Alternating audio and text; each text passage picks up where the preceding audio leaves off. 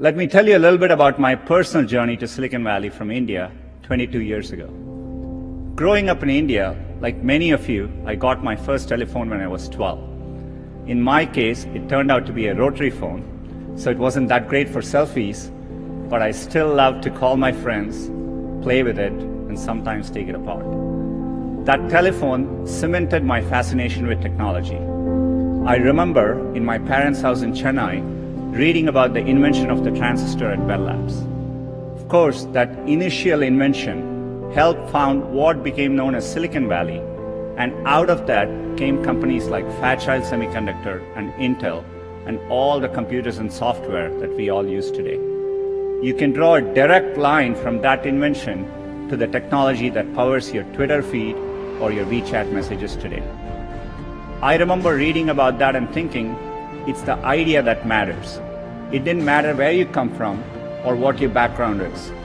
One revolutionary idea, one brilliant invention can unleash other entrepreneurs to revolutionize industries in ways you could never predict. The people who build the transistor in many ways enable the entrepreneurs who are using incredible processing power to analyze data and diagnose cancer. In the same way, the invention of smartphones and GPS has enabled other companies to build apps that revolutionize the way we travel around cities.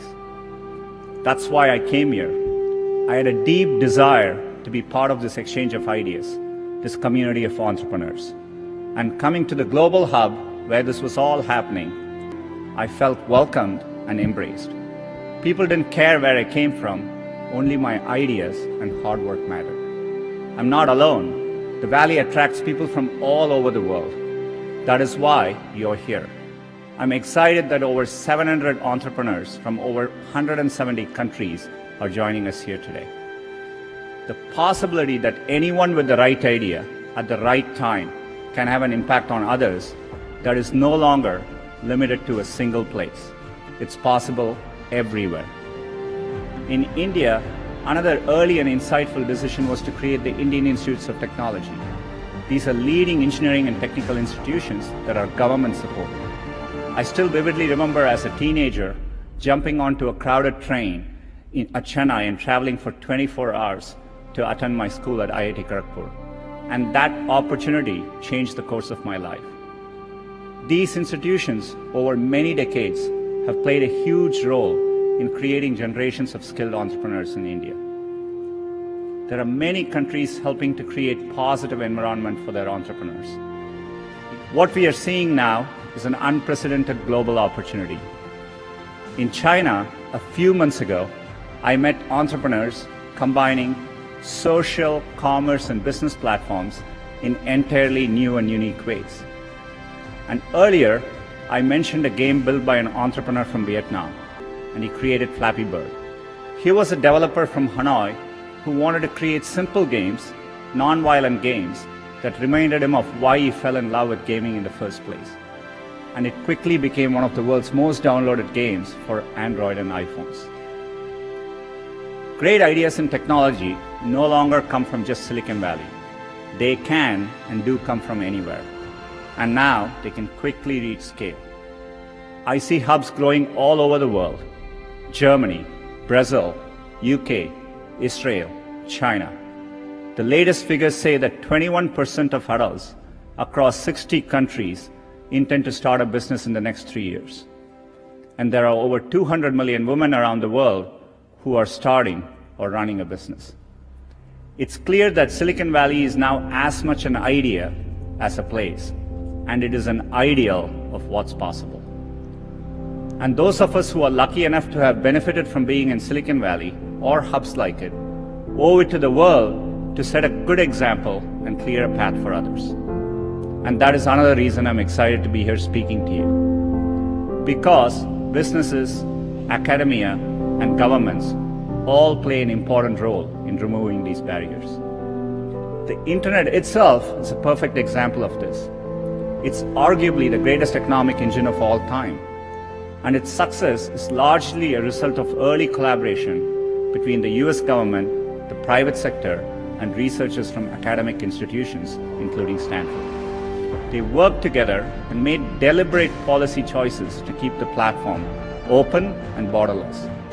The course of history shows that this open model can unleash innovation, opportunity, and benefits for people everywhere. In the US, recently the Departments of State and Commerce appointed digital economy officers who will work to remove barriers and help entrepreneurs reach communities around the world. At Google, we are committed to playing our part to foster the next generation of entrepreneurs.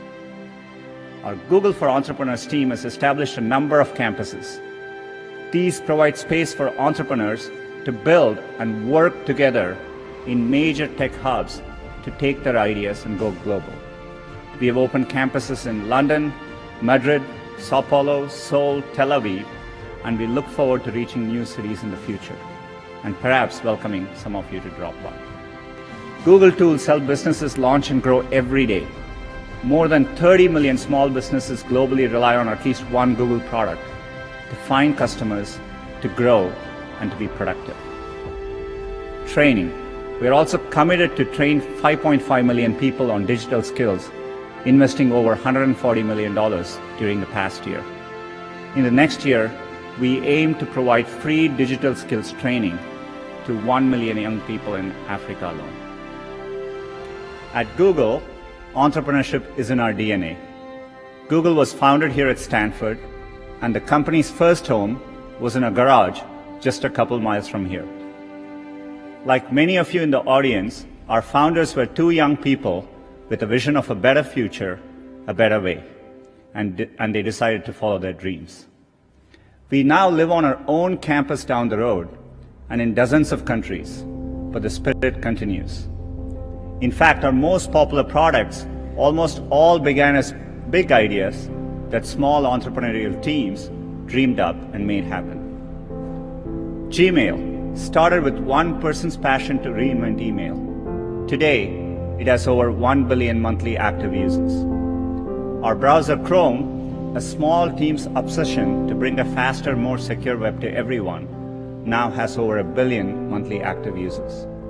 Cardboard, our virtual reality viewer, two engineers in our Paris office had an idea of what's possible with a piece of cardboard and a phone. Now more than 5 million viewers are taking people to new worlds. Using Cardboard, teachers can take their classes on virtual field trips from the Great Barrier Reef to Machu Picchu. First Lady Michelle Obama made this part of her Reach Higher Education initiative.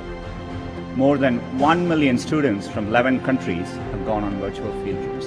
And today, we are making Cardboard available to LGBTQ centers around the world, so people who cannot physically attend Pride parades and festivals this weekend can still have the Pride experience.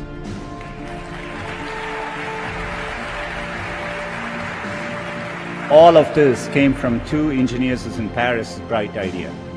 We don't know what's next or where it'll come from, but we know that the barriers to entrepreneurship and to bringing ideas to global audiences are tumbling. People working anywhere in the world, born anywhere in the world, can create a product and make it available to anyone in the world. The most used messaging app in Southeast Asia was built by a young man born in Ukraine who moved to the US. And the three most popular viral games in the US in recent years came from entrepreneurs in Finland, Ireland, and Vietnam. You're the ones building the next Google, the next Spotify, the next Tesla, the next, well, we don't even know, but what I know is that someone in this room will build it. I know how much hard work it takes to pursue your dream of building a business. The long hours, time away from family, the rejection, the ideas you know are brilliant that just don't seem to catch on. There is a great quote from Thomas Edison that does the best job of defining what it's like to be an entrepreneur. I have not failed, I have just found 10,000 ways that don't work.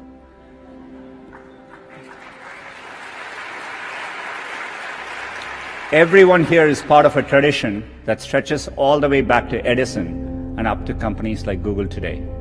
It's about more than building apps to make money.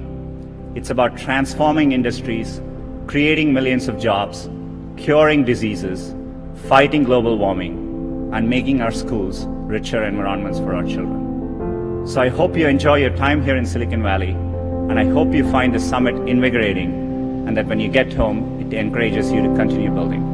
We're all looking to you, the world is counting on you, and we can't wait to see what you build next. Thank you.